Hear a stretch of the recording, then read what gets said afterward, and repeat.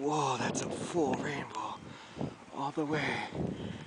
Double rainbow. Oh my god. It's a double rainbow all the way. Whoa, that's so intense. Whoa, man. Wow. Whoa. Whoa. Whoa! Oh my god! Oh my god! Oh, oh my god! Woo! Oh my! Wow!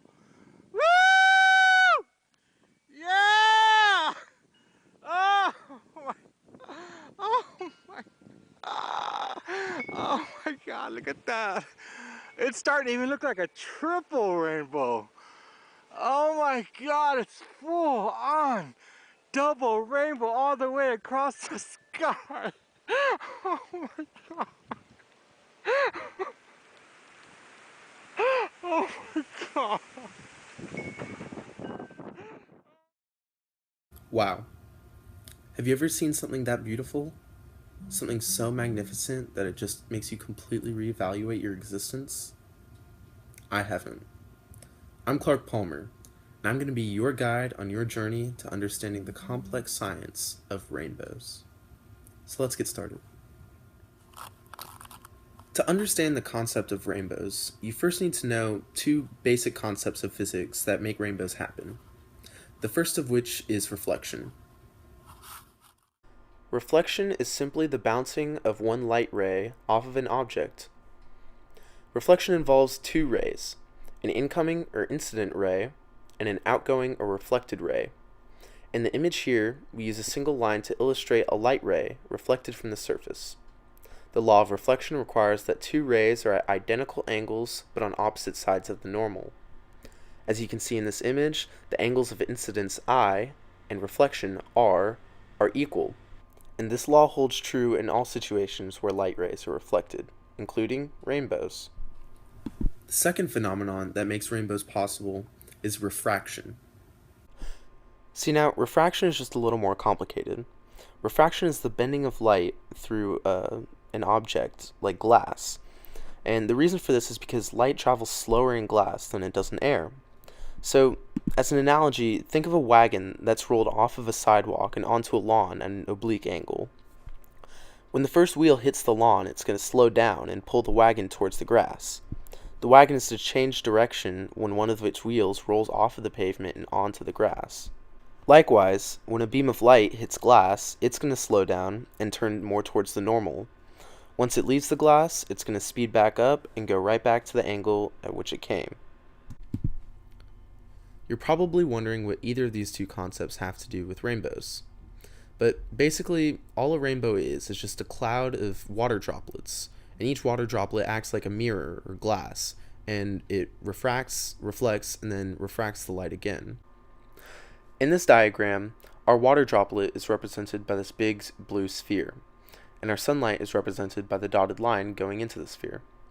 So basically, when the sunlight enters the raindrop, the blue and violet light, which has a shorter wavelength, refracts just a little bit more than the red light, which has a longer wavelength.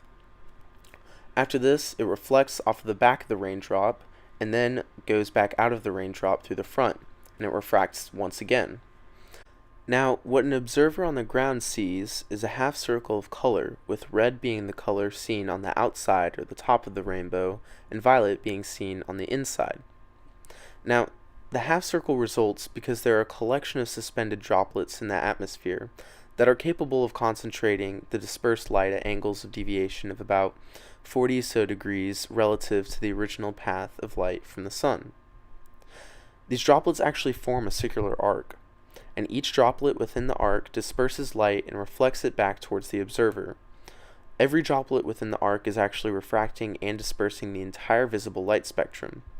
But, as I stated earlier, since the red light is refracted at steeper angles towards the ground than the blue light, when an observer looks at a rainbow, if they're looking at a steeper angle with respect to the ground, then droplets of water within this line of sight are going to be refracting the red light to the observer's eye.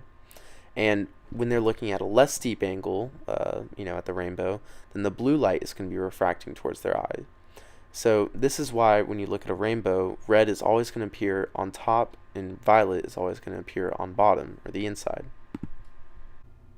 Rainbows don't have to appear only after rainfall. They can appear in all types of places. Like if there's a waterfall, at the bottom of the waterfall, the splashing from the water might create a mist, which would in turn create a rainbow. The same goes for backyard sprinklers. Really, all you need to make a rainbow is three basic things. You need a suspension of water droplets in air, you need a good amount of sunlight hitting the water droplets, and then you need the proper viewing angles, which is about 40 or 42 degrees.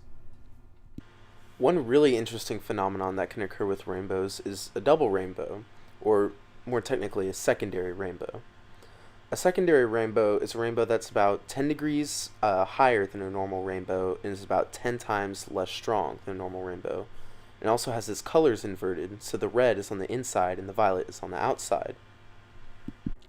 So the explanation for this phenomenon is actually quite simple. The water droplets in the secondary rainbow are higher than the water droplets in the first rainbow, and the angle between the sunlight and those water droplets is a lot more shallow. So this allows for the light or the sunlight to reflect within the water droplets not once but twice. So what this does is not only does it invert the arrangement of the colors, but also decreases the intensity of the rainbow. And really, this decrease in intensity can just be chalked up to the fact that, the chance of the light going into these raindrops and reflecting twice within them is just kind of small. There's a much greater chance of the light going into the raindrop and just reflecting some other way or just not coming out of the raindrop. So that's why the intensity is just so much brighter in a normal rainbow than in a secondary rainbow. What I think we've really learned here today is that rainbows are an intricate and mystical and powerful force, something to be reckoned with. But, it's all just a mirage.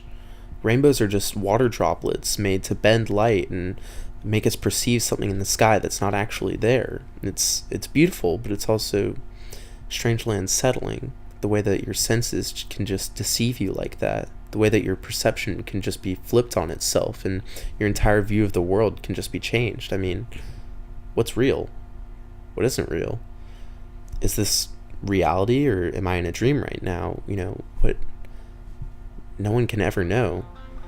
But I don't know. Rainbows are swag. I'm out.